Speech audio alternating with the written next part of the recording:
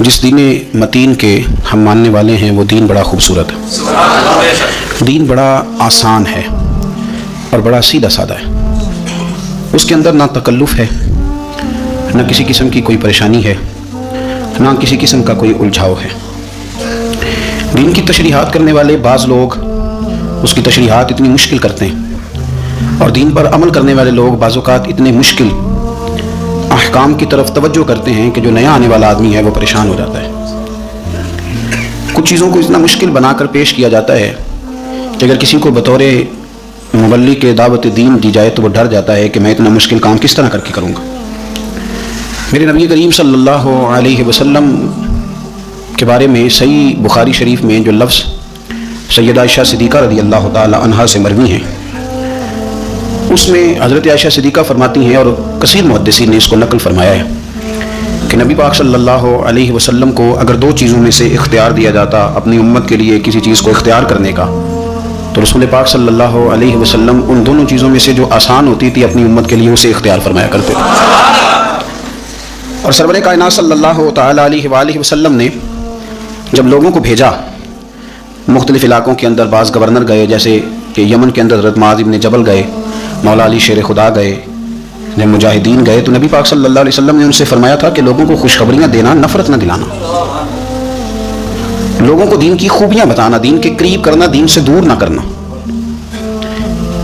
اللہ تبارک و تعالیٰ نے قرآن مجید کے اندر بہت ساری چیزیں بیان کی ہیں، ہر چیز پر مر مٹنے کو دل کرتا ہے، لیکن ذرا اس آیت کا بھی ذائقہ لیجئے گا جو میں نے سورہ بقرہ کی آیت نمبر 185 کا ایک حصہ تلاوت کیا، اس کا بھی ذرا ذائقہ لیجئے گا کہ حکم دینے والا رب کیا فرماتا ہے، دین بھیجنے والا مالک کیا فرماتا ہے۔ اس آیت مبارکہ کا جو حسن ہے وہ میرا خیال ہے کہ اگر ہم اس کو سمجھ لیں تو شاید کئی راتیں ہمارے کلیجے کو یہ آیت ٹھنڈا رکھے، اور ایک بار پڑھنے کے بعد ہو سکتا ہے کہ درجنوں دنوں تک اس کا ذوق ہمارے دل میں سلامت رہے۔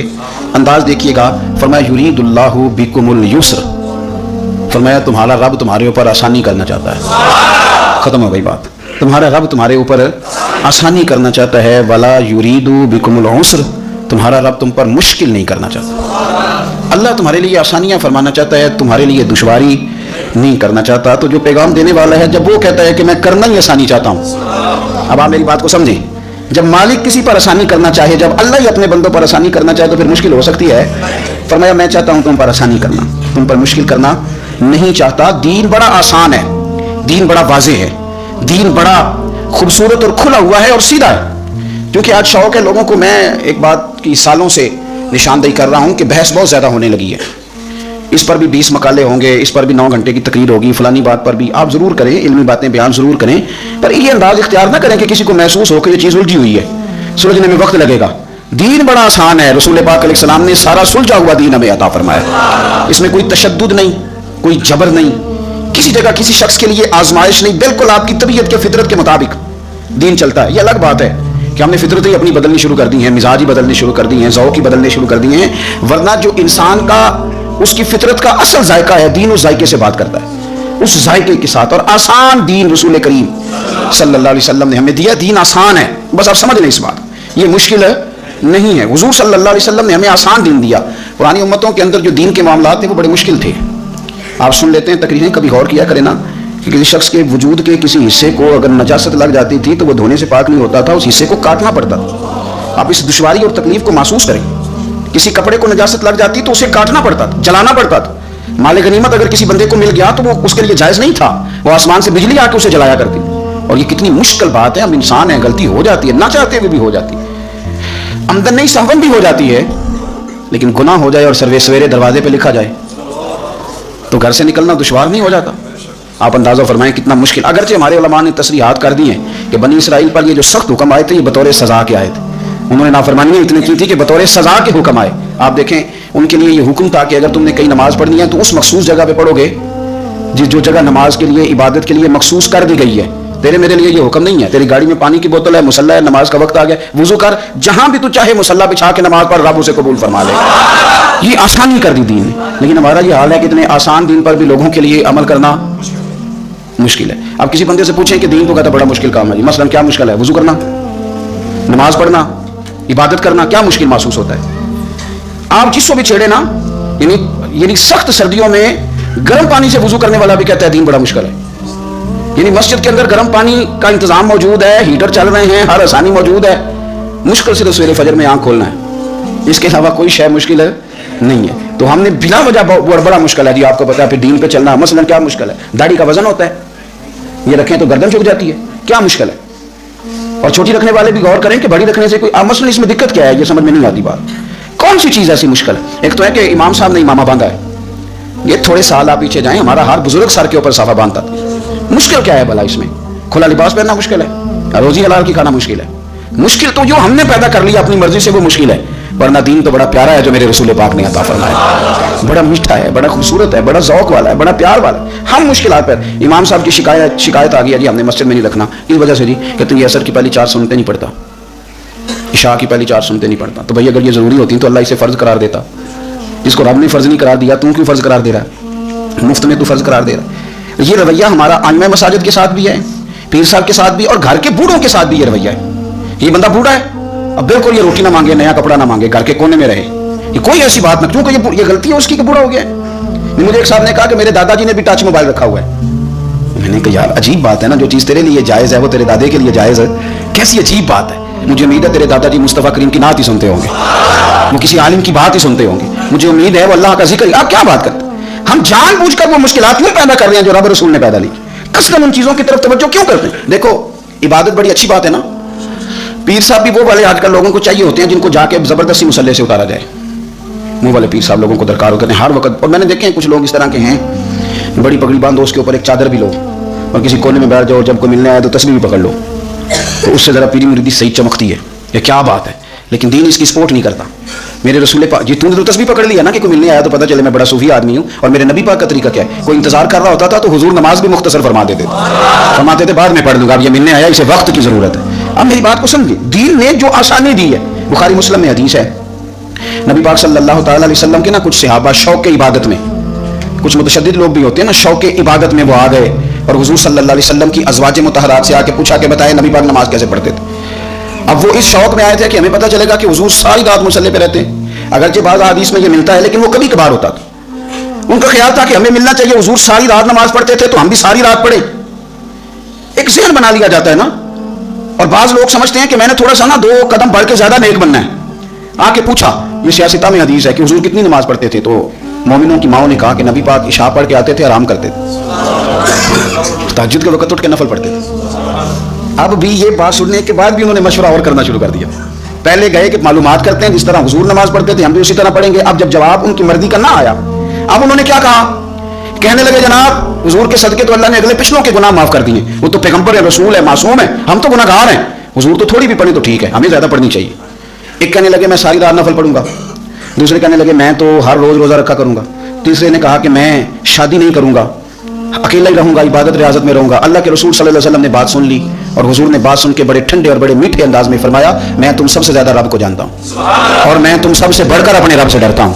فرمایا میں عبادت بھی کرتا ہوں, آرام بھی کرتا ہوں, میں نکاح بھی کرتا ہوں اور عبادت بھی کرتا ہوں, میں اللہ کی بارگاہ میں بھی حاضر ہوتا ہوں اور حقوق العباد بھی ادا کرتا ہوں. فرمایا یہی میری سنت ہے, اس کو اپناؤ گے تو میرے طریقے پہ چلو گے, جس نے میرا طریقہ چھوڑ دیا اس کا میرے ساتھ کوئی تعلق نہیں ہے. عبادت میں شدت کرنے سے حضور نے منع فرمایا. میرے بھائی نبی پاک صلی اللہ علیہ وسلم نے ہمیں آسان دین عطا فرمایا, مشکل نہیں, آسان دین. حضرت عبداللہ ابن عمر رضی اللہ تعالیٰ عنہ بڑے نیک آدمی, حضور نے خود کہا بڑے نیک آدمی, انہوں نے ایک دفعہ فیصلہ کیا کہ میں نے روز روزہ رکھنا ہے, ہر روز روزہ.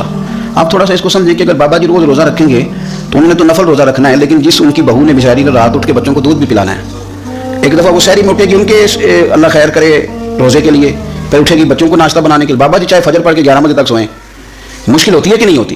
تو حضرت عبداللہ بن عمر رضی اللہ تعالیٰ عنہ نے ارادہ کیا روز روزہ رکھوں گا, وہ رکھنے لگے. یعنی روزہ رکھنے کی بھی کوئی شکایت ہوتی ہے, لیکن ان کے گھر والوں نے شکایت بھیجی کہ حضور روز روزہ رکھتا ہے. حضور نے بلایا اور میرے نبی پاک صلی اللہ تعالیٰ علیہ وسلم فرمانے لگے تمہیں پتہ ہے ایک نیکی پر اللہ 10 کا اجر دیتا ہے؟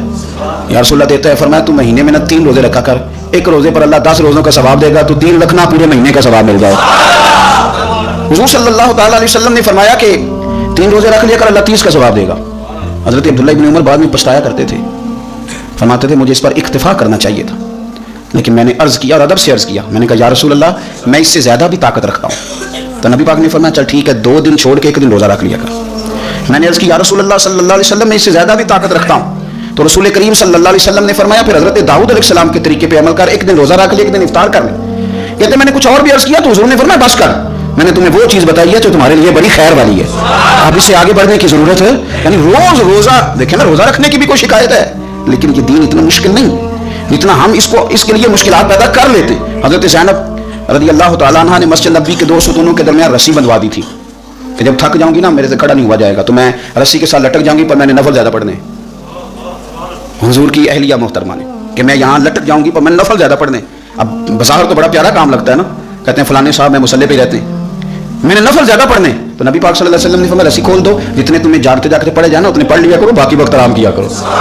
یہ دین اس طرح آپ اس کے تقاضوں پہ دیکھیں, ہم نے نا اتنا مشکل کر دیا, اور اتنا مشکل کر دیا. ہم نے بزرگوں کی باتیں آپ کو بتائی ہیں کہ وہ 40 سال عشاء کے وضو سے فجر پڑھتے تھے, پر وہ مستحب عمل ہے, وہ فرض نہیں ہے, وہ واجب نہیں ہے. اس کا یہ معنی نہیں ہے کہ اب آپ کہیں کہ یہ چونکہ ساری رات پڑھنے پڑتے ہیں, 40 سال پڑھنے. مجھے ایک صاحب کہنے لگے میں نے سنا ہے کہ تہجد شروع کر لو تو پھر ہمیشہ پڑھنی پڑتی ہے.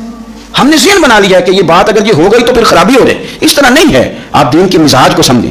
یعنی عمرہ کر لیا تو اب حج فرض ہو گیا ہے, تو جس بندے کے پاس قرضہ اتارنے کو پیسے نہیں اس پر حج کیسے فرض ہو گیا؟ عمرہ ہے, حج ہے. جان بوجھ کر اگر آپ مشکلات پیدا کریں گے تو آپ دشواری میں آ جائیں. دیکھو نماز بھی پڑھیں تو کچھ دیر پڑھیں, کچھ دیر آرام کریں, اور روزہ بھی رکھیں تو ایک دن رکھیں اور ایک دن آرام کریں. پھر میرے رسول پاک صلی اللہ علیہ وسلم نے آئمہ مساجد کو حکم دیا, فرمایا جب لوگوں کو نماز پڑھاؤ تو مختصر پڑھاؤ, اور جب تم نے خود پڑھنی ہو تو جتنی مرضی لمبی پڑھو. خود پڑھنی ہو تو حضرت معاذ بن جبل رضی اللہ تعالیٰ عنہ حضور سید عالم صلی اللہ علیہ وسلم کے ساتھ وہ کھڑے ہوئے نفل کی نماز میں, تو دیکھا کہ سرکار نے پہلی رکعت کے اندر سورہ بقرہ کی تلاوت کی.